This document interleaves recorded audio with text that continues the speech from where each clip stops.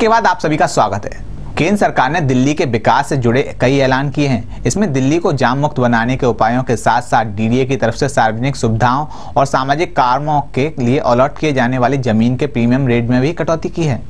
Cabinet के फैसले के मुताबिक दिल्ली की 7 कॉलोनियों में स्मार्ट सिटी की तर्ज पर विकसित करने का रोड मैप भी केंद्रीय शहरी विकास मंत्रालय ने पेश किया है। दिल्ली सरकार और मुख्यमंत्री अरविंद केजरीवाल अक्सर केंद्र सरकार पर दिल्ली के विकास में सहयोग न देने का आरोप लगाती है, लेकिन केंद्र सरकार की शहरी विकास मंत्रालय और डीडीए ने दिल्ली के विकास को लेकर घोषणाएं की। पहली घोषणा सामाजिक कामों और जन सुविधाओं के लिए दिल्ली सरकार को डीडीए तरफ से अलॉट किए जाने वाली जमीन की प्रीमियम दरों में कटौती का है। डीडीए की तरफ से दिल्ली सरकार और केंद्र सरकार को संस्थागत कामों के लिए अलॉट किए जाने वाले जमीन की प्रीमियम दरों का ऐलान किया गया। शहरी विकास मंत्रालय ने साल 2014-15 और 15-16 के लिए इन दरों की मंजूरी दी है। प्रधानमंत्री नरेंद्र मोदी 4 अफ्रीकी देशों की 5 दिवसीय यात्रा के बाद मंगलवार की सुबह करीब 6 बजे नई दिल्ली लौट आए। मोदी मोजाम्बिक, दक्षिण अफ्रीका, केन्या और तंजानिया की यात्रा पर थे। प्रधानमंत्री नरेंद्र मोदी 4 अफ्रीकी देशों की 5 दिवसीय यात्रा के बाद मंगलवार की सुबह करीब 6 बजे नई दिल्ली लौट आए।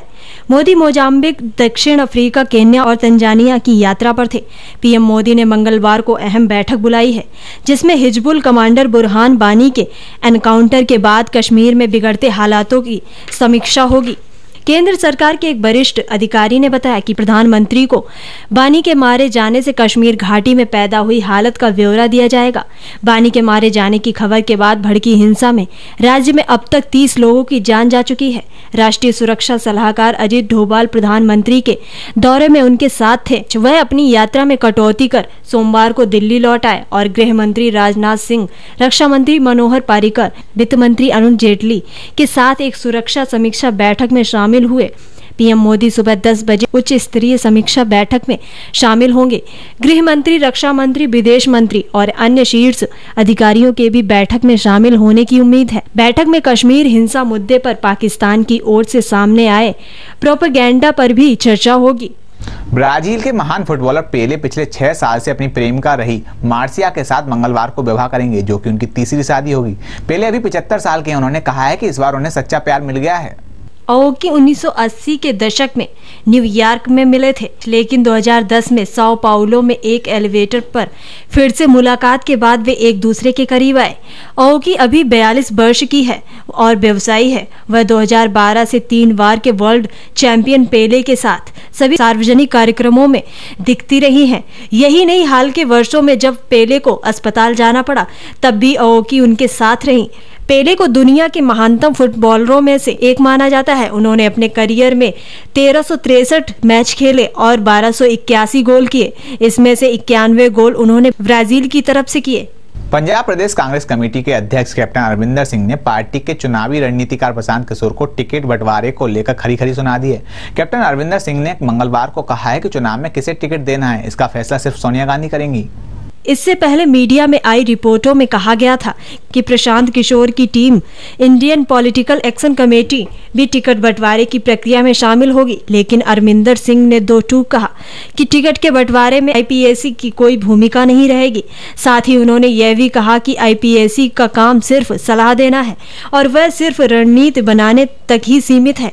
पंजाब चुनाव के लिए पार्टी की ओर से टिकट पाने वालों को एफिडेविट भरने के नियम पर अरविंदर सिंह ने कहा कि यह पहली बार नहीं है, इससे पहले भी पार्टी ऐसा कर चुकी है। हालांकि उन्होंने यह भी कहा कि इस बार एप्लीकेशन फॉर्म में कुछ बदलाव किए गए हैं, जो कि एकदम सामान्य है। अरविंदर सिंह ने कहा कि पंजाब प्रदेश कांग्रेस कमेटी कैंडिडेट्स की स्क्रीनिंग कर सूची तैयार करेगी और फिर इसे ऑल इंडिया कांग्रेस कमेटी को भेजा जाएगा। इसके बाद सेंट्रल इलेक्शन कमेटी उम्मीदवारों का फैसला करेगी, जिसकी अध्यक्ष सोनिया गांधी हैं।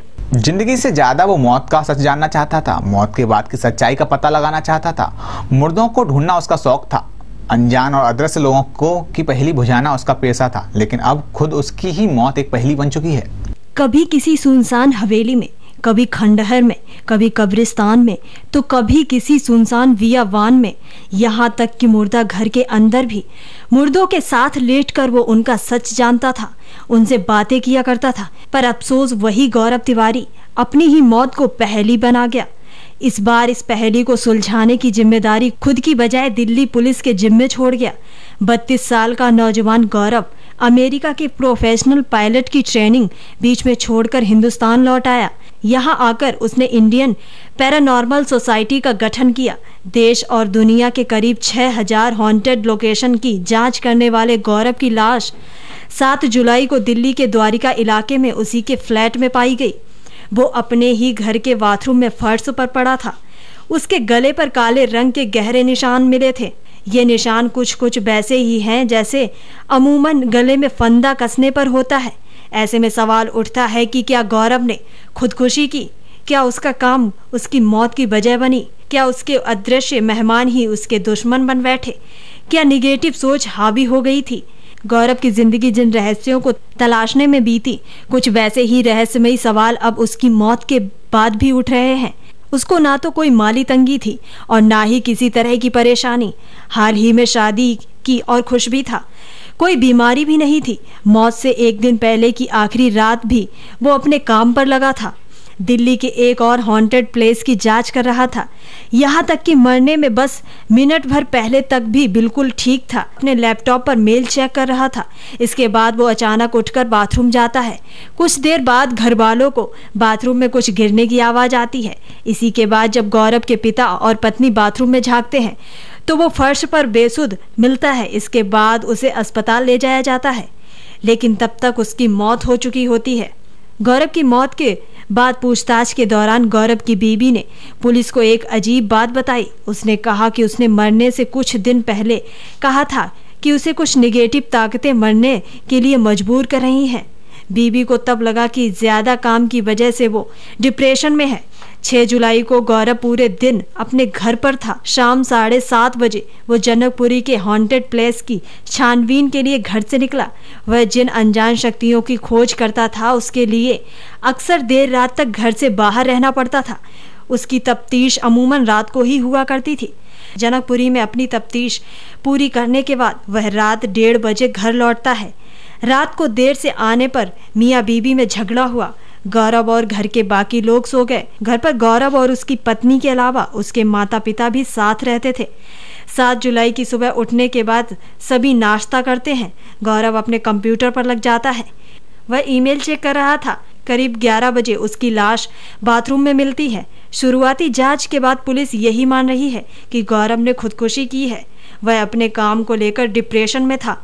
इसकी जानकारी जुटाई जानी अभी बाकी है। गौरव के घर वाले यह कह रहे हैं कि वह कभी खुदकुशी नहीं कर सकता था क्योंकि उसके पास मरने की कोई वजह ही नहीं थी। पुलिस अपनी जांच कर रही है। गौरव के पोस्टमार्टम रिपोर्ट का इंतजार है। हमारी इस पेशकश खास खबर में अभी के लिए बस इतना ही। समय के साथ चलते रहने के लिए देखते रहिए समाचार टाइम 24। धन्यवाद।